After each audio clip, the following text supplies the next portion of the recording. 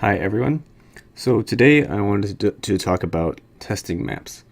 So if you've watched any of my previous videos, you should probably be aware that you can generate any random map in the scenario editor by going to random map and just clicking the generate button and seeing what it looks like. And this is a good way to see what a map looks like, but it's kind of hard to know how it's going to feel and how it's going to play out until you actually play it. So today I wanted to talk about AIs. So AIs are a good way for testing maps because it gives you the advantage of being able to make changes, test a lot quicker than you'd be able to do when playing with other people, since you don't have to worry about transferring files and that kind of stuff.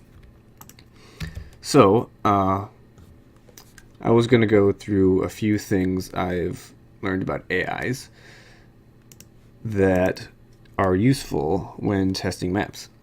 So this is my preferred AI, which is Barbarian. This current version is 2.17, and I've downloaded it here.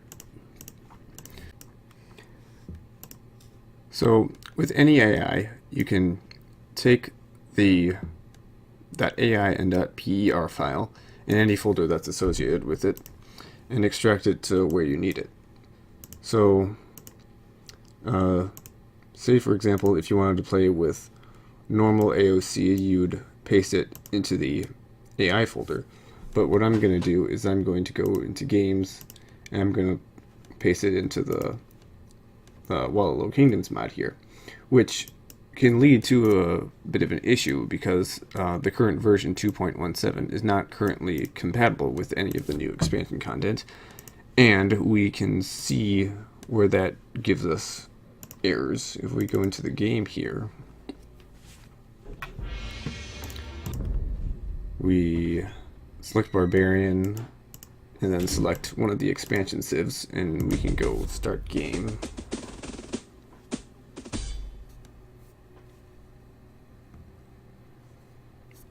And it gives us this error here because it doesn't recognize the civ it's trying to play. But there are ways around this. So if you're in your Age of Empires 2 directory, you can go into the games folder, and any expansion here will have an XML file. So for Wallow Kingdoms, it is this file, wk.xml. We can take a look at what we see here. So we have all these different civs, and they all have predefined names. So these names are what the AI looks at when it decides what it's going to do. So in order to make this Barbarian work for new civs, we can just replace these names with names that Barbarian is actually programmed for.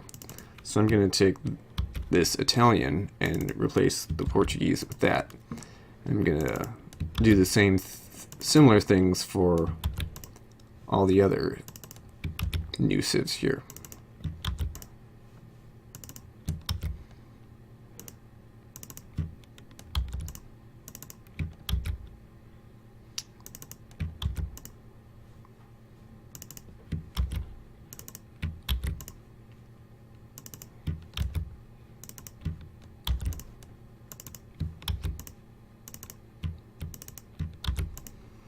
So once that's done, you can go ahead and save that, and we can see what happens if we go back into the game. We can choose other new civs, try to start the game.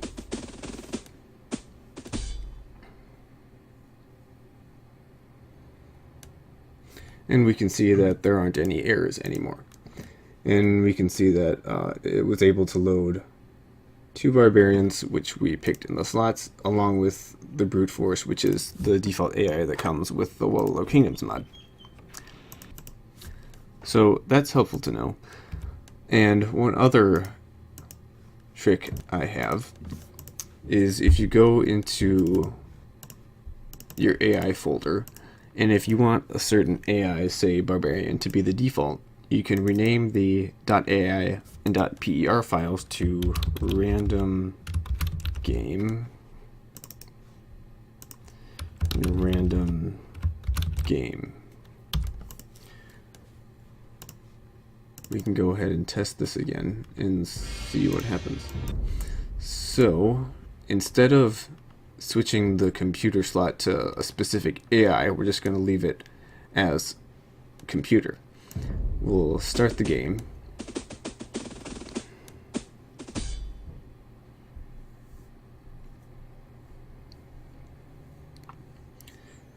And now, instead of saying like either barbarian or brute force, we have actual civ names. And to know whether or not it's actually barbarian that's being loaded, you can chat 250 and barbarian will tell you what it is and what it's doing. So once you're at the point where you start to test your maps, there's a couple things to pay attention for. And you'll get more used to this as you gain experience with scripting. But let's say for starters, you should take a look at how easy it is to access resources. So take this map, for example. This map is fairly small. You can see that the borders are relatively large compared to any normal map, and a lot of the terrain that's covering the majority of the map is not able to be built on. And that makes the players able to spawn a lot closer together than they would in any normal map. So you might want to double check what kind of spacings you have on your players' resources. You may try to use some sort of standard spacing for things like sheep and boars, and then you realize that they end up closer to your opponent than they do to you. Yeah, and then also take a look at how fast resources run out. So again, for a smaller map like this, to have the same amount of wood that there would be in any normal map, it'd have to be a lot more congested. So you see bigger clumps here, while as the outer area is fairly sparse. So you could think about it that way, or you could just be okay with having less wood and having the games be shorter than they would otherwise. And then you could also take a look at how much space is available for building. So you can see that there's a lot of restricted terrain here.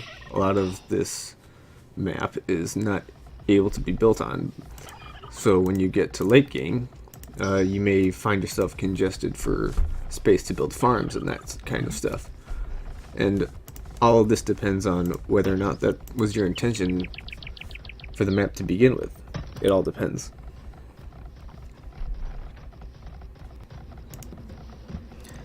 So yeah, that was about all the need to know stuff about this video.